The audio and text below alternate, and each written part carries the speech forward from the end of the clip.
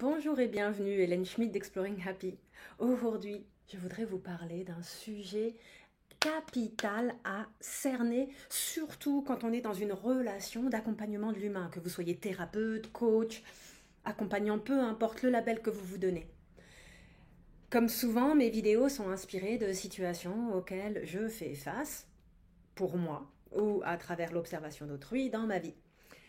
Et là, un sujet lié à l'ouverture de cœur est récemment ressorti à travers des échanges avec une personne qui m'avait contactée.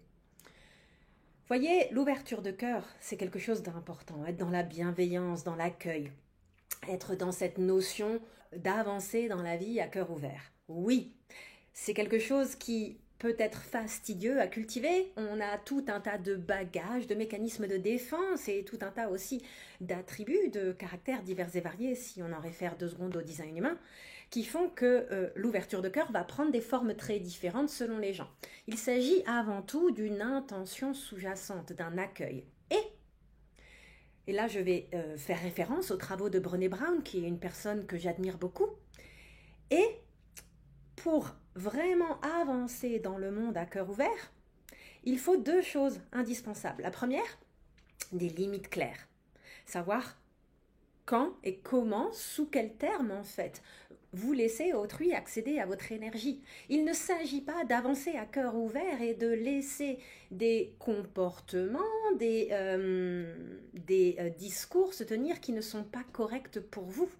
Donc il s'agit aussi de savoir ce qui est bon pour vous, pour pouvoir prendre soin de vous en premier lieu, de manière à venir entrer en connexion avec autrui de la manière la plus parfaite possible, la plus juste, la plus sincèrement ouverte. L'ouverture de cœur pour l'ouverture de cœur peut très vite être motivée par des préceptes, on va dire, spirituels qui peuvent être contre-productifs pour vous, qui peuvent devenir des injonctions, qui peuvent devenir une forme de culpabilisation auto-infligée si jamais vous avez différents aspects de votre humanité qui émergent. Bref, l'ouverture de cœur ne peut vraiment être correcte pour vous qu'avec des limites claires entre vous et vous-même, mais également entre vous et le monde qui vous entoure. Et il s'agit ensuite de communiquer ces limites, non seulement avec bienveillance, mais aussi avec fermeté. Voilà les termes sous lesquels vous pouvez avoir accès à moi. Et selon ces termes, je vous assure que vous aurez accès à moi dans une véritable ouverture de cœur. S'il y a quelque chose en vous, et si on refait un petit parallèle 2 secondes avec le design humain, qui vient vous titiller, c'est pas correct en fait d'entrer en relation avec cette personne et de forcer quelque part une ouverture de cœur via des il faut, je dois, plutôt qu'une démarche qui vient naturellement de l'intérieur de vous-même.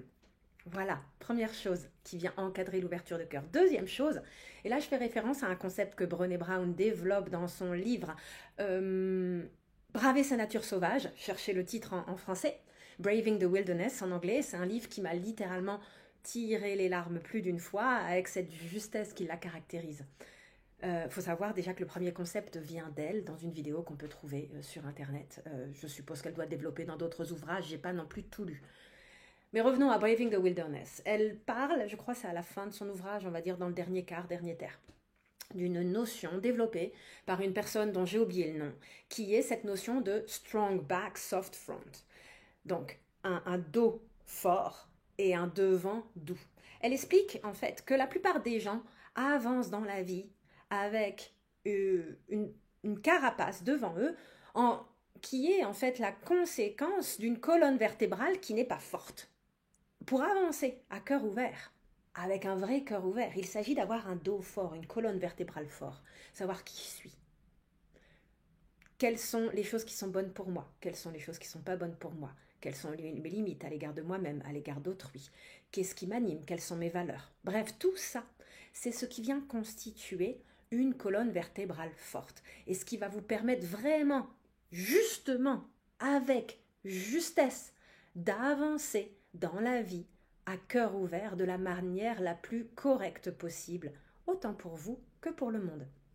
Donc voilà, c'est ce sujet que je voulais vous communiquer. Ça me semble un élément capital. C'est par ailleurs vraiment pour le coup, la colonne vertébrale du travail que je fais aussi avec mes clients, surtout quand ils sont en développement entrepreneurial, comprendre qui ils sont, comment ils fonctionnent, comment honorer ça, quelles sont leurs limites à fixer à l'égard d'eux-mêmes et à l'égard du monde pour continuer à se respecter et continuer à connecter avec le monde de manière juste, de manière correcte, de manière respectueuse de leur nature profonde, autant que d'autrui. Ce n'est pas respectueux d'autrui de maintenir coûte que coûte un rendez-vous alors qu'on sent au fond de nous que c'est pas correct. Ce n'est pas respectueux de nous non plus.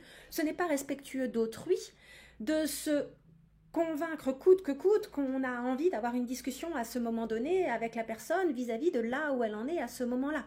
Ce n'est pas respectueux d'elle et ce n'est pas respectueux de nous. Il s'agit vraiment d'un shift de perspective à avoir. Il ne s'agit pas d'honorer vos engagements coûte que coûte, surtout quand, en design humain comme moi, on a l'ego non défini. Il s'agit de savoir quel est le moment le plus juste pour vous en termes d'énergie et le plus juste pour autrui, en conséquence, d'entrer en connexion profonde et authentique. Allez, je vous laisse avec ça. Je vous souhaite une très bonne fin de journée et si vous êtes intéressé par le travail que je fais, n'hésitez pas à aller voir mon site internet. Les choses vont beaucoup bouger dans le courant de l'été 2022. Un nouveau programme de groupe va arriver au courant de l'automne. J'en parlerai sûrement à partir de fin août, début septembre.